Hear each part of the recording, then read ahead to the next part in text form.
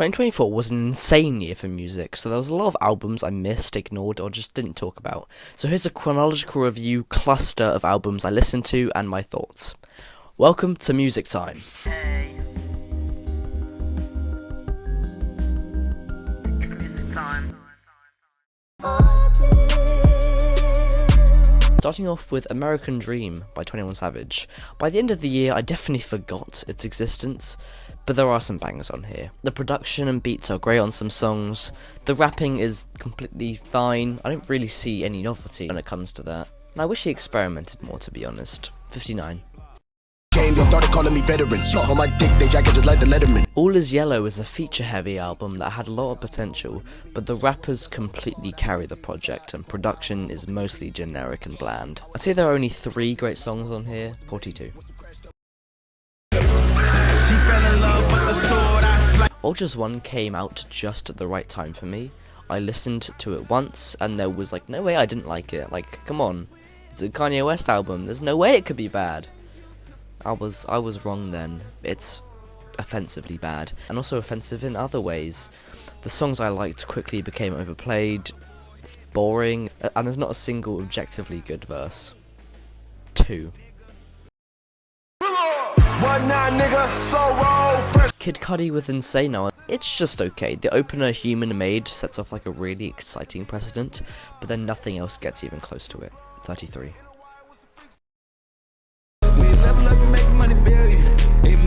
2093 has such a cool concept and sound that I don't even know can be topped by Yeet. If you like trap or rage, give this experimental album a listen. I'm not a fan of those genres. Still, there's a lot to be enjoyed here. 60.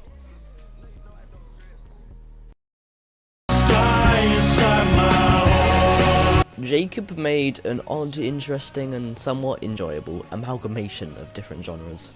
Definitely my least favourite of the series. Leaving the album feeling like you took a trip into a washing machine is definitely an experience only him could do, but still there's a lot of potential and a lot that's not lived up to.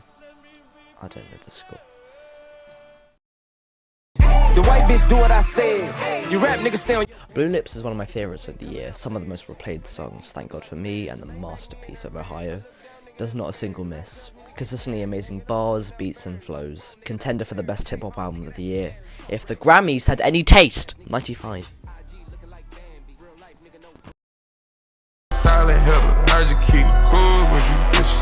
We Don't Trust You, blockbuster collab between Metro Boomin and Future. It's an instant classic in the genre. I don't really personally understand the hype of Future. He isn't really all that. Metro Boomin deserves all the love though, amazing beats and production. Really like the aesthetics and the features of the album as well. One of my most replayed, 80. I know I'm a queen, Joe. God knows why I listened to Cowboy Carter, Beyonce's country album. Honestly, I'm quite glad I did. It's long, like really too long, but it's well structured. I like the way it sounds, and I wouldn't call a single song bad. It's not for me, so I wouldn't judge it.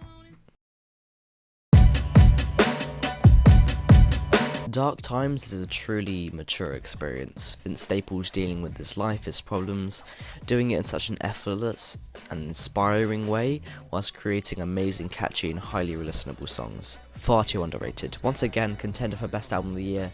If the Grammys had it. 91. Fuck running in place, I'd never do that. My destination. Might Delete Later had some bangers, Hunting Rabbits, Tray the Truth. But other than that, I wasn't interested, I wasn't engaged. It's not terrible, and I think it's worthy of J. Cole's catalogue. 56.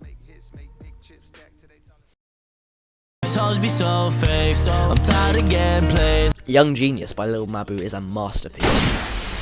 No! Still Don't Trust You is a B-sides throwaway collection of songs that didn't make it to the main album, because they're really not that great. Everything good about the first album isn't really on show, too long even for a B-sides release. 35. I scratch your head, you fall. Yeah, I listened to it, and it was very boring. It left a bad taste in my mouth, and for that I'm gonna give it a 10. Atavista is a really solid experience, a vast improvement on the original version. Some of the greatest Childish Gambino songs on here. Instrumentals are shimmering and stunning. Glover's vocals slap as well. 86. Billie Eilish came through with a very entertaining and varied record. Whilst not as good as her first project, it still sounds really well made and produced. A good length as well. 76. 101 is an album that bored me very much, and I was very clear about how much I disliked it. Apparently, you're meant to listen to the individual songs on the album. I really appreciate it. So I did, and the songs are fine. I liked the WhatsApp song and the title track, but other than that, I don't see anything of much value, other than some nice sounding beats. 43.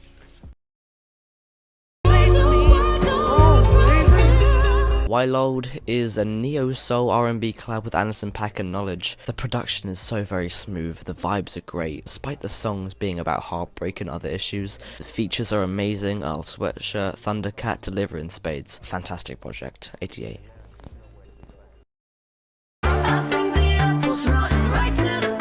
Well, I liked it, sue me. It's not for me, but I can appreciate its greatness. 79. Now I see them ugly hoes tryna cut with me. Hardstone Psycho feels overrated as hell. Couple of great songs on here, but nothing that really makes it stick out for me. The energy isn't quite there, nor is the original quality music. 54.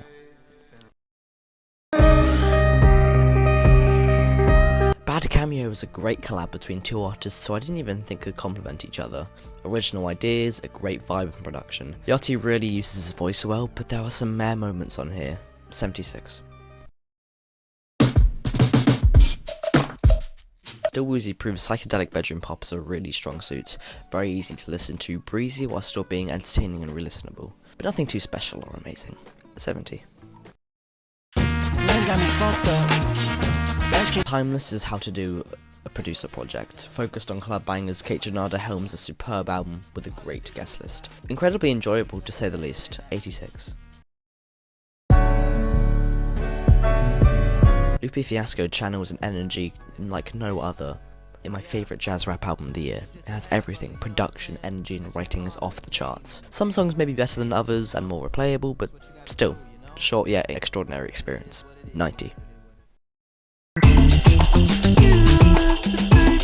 This is my third time reviewing Bando Stone, and it became my most replayed album of 2024.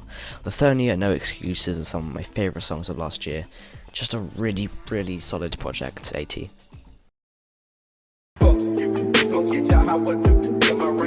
Denzel Curry switched from introspective jazz rap to making southern braggadocious bangers.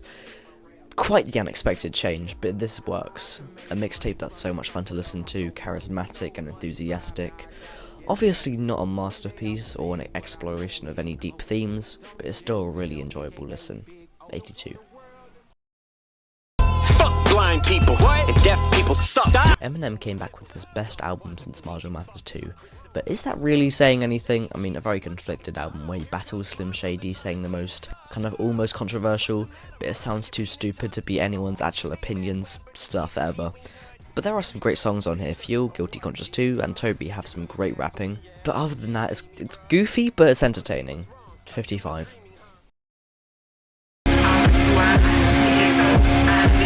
I Lay Down My Life For You is my album of the year. It's a gloriously produced, beautiful and grimy collection of songs, experimental, aggressive, and overall just a purely amazing album with every element on point. I might as well give it 100. VULTURES 2, what a complete and utter whiplash to nothing. What a horrible album as well, not a single good verse, or special and entertaining production. Kanye heavily uses AI in verses, it's mixed horribly, it sounds complete utter nonsense. What, you can't defend this, Zero.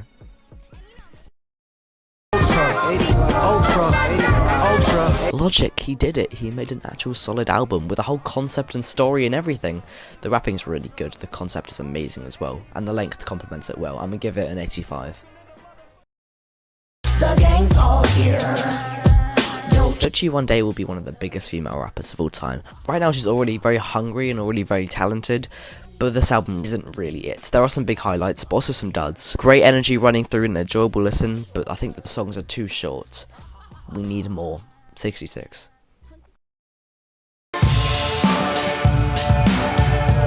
Romance is the best I've heard from Fontaine's DC, not a single bad song on it in my opinion. Surprisingly emotional but poetic, but it still sounds great. What a surprise, I was not expecting it to be this good. Great energy, instrumentation's great, an album to be remembered. 89. Tommy Richmond made the song of the summer, then proceeded to make the same song for a whole album. I really wish I found it more interesting. There are some songs I enjoyed, but he just needs to turn the voice off for a little bit. 33. To say something, now I can't remember nothing. The Alexander technique sees Rex as most personal, his most reserved, but also as most stripped back. There are some lovely instrumentals here. It's a bit too slow for my taste. Some songs meander a little bit, but it's still a solid bedroom pop listen. 62. What you been doing? Smacking this bitch off a perk, I done heard her, she speaking in. Future, turns out, can't carry his own mixtape. I feel like I'm overhating. It's okay, it's passable, it's just rap. It's some nice production, but there's really nothing to the rapping. Surfing at Stami and Ski were good though. 39.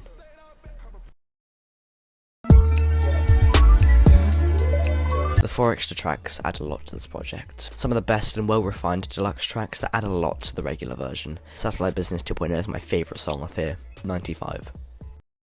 Mama, I got blood in my eyes. Your son. Rod Wave, Last Lap, dealing with a lot of personal issues here. Like, he really has a lot on his plate. Chromakopia was the biggest thing in music this year, and it lived up to the hype for me quite a bit. Replayable, experimental, entertaining, overall just an amazing project. 92.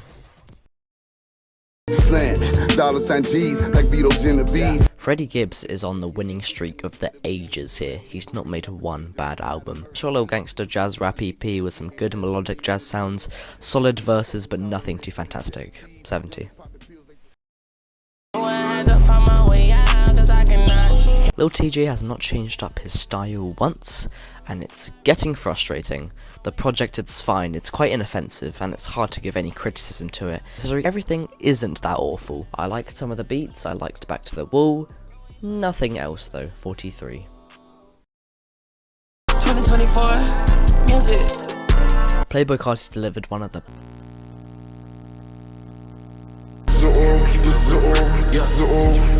Turn on a Take 2 is actually awful, just a really shit collection of songs. Some of the worst rapping and production of the year. Just listen to Meteor Man and you'll know what I mean.